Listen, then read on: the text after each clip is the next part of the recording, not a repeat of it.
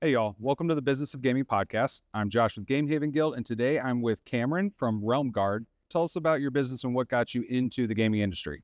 So we make accessories for trading card games, mostly Magic, but we're starting to step into Lorcana and some other ones. We're players ourselves. That's why our motto is for players by players. That's what got us into this industry. We were looking for basically sleeves that had like deck themes, the cards that we played with, and no one made them. It was 2023 at the time, I think, and I'm like, how could that be? It's 2023 and no one makes sleeves for like actual deck themes. And so I just started making them and it kind of snowballed from there. When you're thinking about the products, where sleeves were the first thing, you really focused on that. How did you go about just figuring out how to get sleeves made? I've always been really good at just researching stuff online. Anything I need to learn, YouTube's a great resource. Just Google it and you'll find your answer. Thinking about the product assortment, how it grows from there. You start with sleeves. Is it just natural to start doing boxes, or how'd you kind of think about the assortment? Yeah, so we started with sleeves. They started doing amazing, and then people were like, "Well, we want deck boxes to match our sleeves." So we started making those, and then we started doing play mats. It just kind of keeps growing and snowballing. The actual art on it. One of the big things about your business is you've got very cool customized art with it. Are you doing any like testing before you go to print of these pieces, or how do you decide what's good art and I'm going to print it or what's not? Yeah, so that's one of the kind of risks that you take with a business like this. Every design that you make has a minimum order quantity. So if you're getting it manufactured somewhere else, you have a minimum, say it's 600 packs. So you just kind of gotta, I hope this sells well. And if it doesn't, then you just wasted, 600 packs worth of sleeves. Yeah, that's one of the challenges that we face in this industry. But we mainly see that probably 90% of our designs do well. So your company started out with a different name. It's called AI Armor. You're changing it to Realm Guard. Can you talk us through that process of why that was the starting name and then why you're changing the names? Yeah, absolutely. So when we first started, as most businesses, we had absolutely no money. And it's very expensive to pay artists. Each design that we pay now is over $1,000. And we started with 16 designs. That's 16 grand right there just to start. AI is a really good tool if you use it correctly, which I think we have this whole time. We get a design from AI and then we have artists redraw it.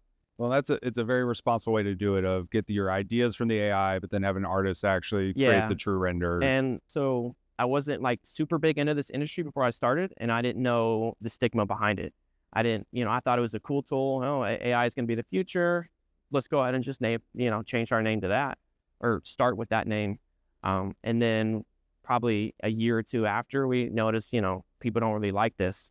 So we started just, doing nothing but artists, and now we're starting to, change our name. I tell people this all the time, and you can see it through our actions. We are really our company for the community. If the community doesn't like something, we're going to try our best to change it. And if we want to continue to grow and get into more stores, then we figured it's best just take it out of the name and just continue with Realm Guard. So 2023, you start. Where do you start selling? We started straight on Amazon. Yeah, I think we started with 16 designs. I put those 16 designs on Amazon. They sold. I put it right back in the business, just kept growing it from there. But yeah, we started on Amazon. And how's that changed between now and then? Where are all the different areas you're selling now? So it's mainly still Amazon, but we do sell on our own website. And then we're in about 80 stores across the country so far. Micro Center just actually reached out to us yesterday, wanting to look at getting our product into their stores. So yeah, we're just continuing to grow. In terms of that step on distribution, because Amazon, you were probably starting to fulfill yourself, or did you go through a distributor? No. You went through. Yeah, straight FBA. So fulfillment by Amazon. We send it to them and they sell it. And then how's distribution work for you today? Amazon's still through that? Yeah, so our Amazon, they still do it, but everything for stores and our website, we do ourselves. We have a shop now. Would you consider this convention more of like a marketing piece, or is this a sales activity for you? No, it's definitely marketing. I never go to conventions with the intention to make a profit. I really don't care. It's just advertising, get our name out there. This one at PAX, we have, we've done really well. We've almost sold out everything that we bought so far. So let's talk about advertising in general then. What has worked well for you in kind of building your brand over the last 3 years?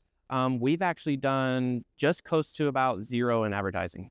The only thing we do is post on social, and everything is just kind of organic. People just word of mouth. I mean, players really do love our stuff. And that's why we've done so well. We're players, we kind of know what other players like.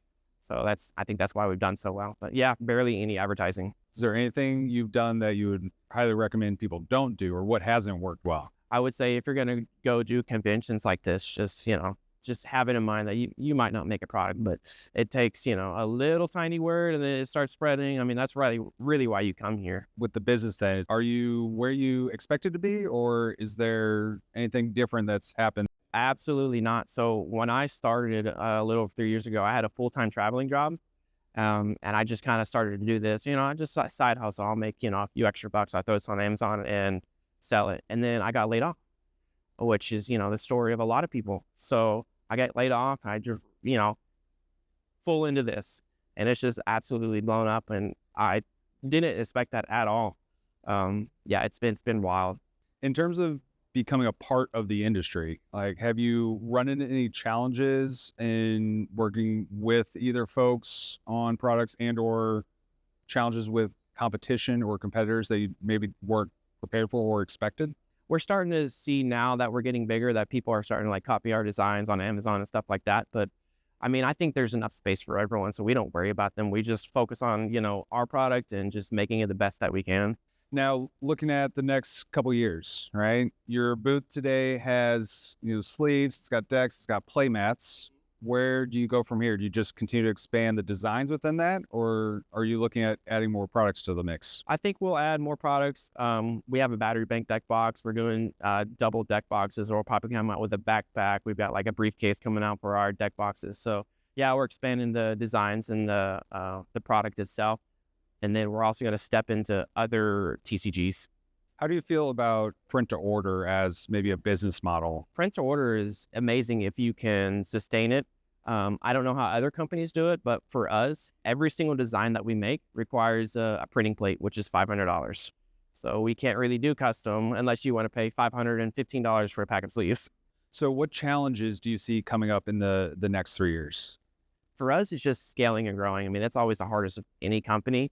Every single thing that we make, we put right back into the business, more designs, more product. Right now, it's hard for us to even keep product in stock just because it sells almost instantly. It's good when you have a good quality it's a good product. problem to have, yeah, but it makes it hard to grow.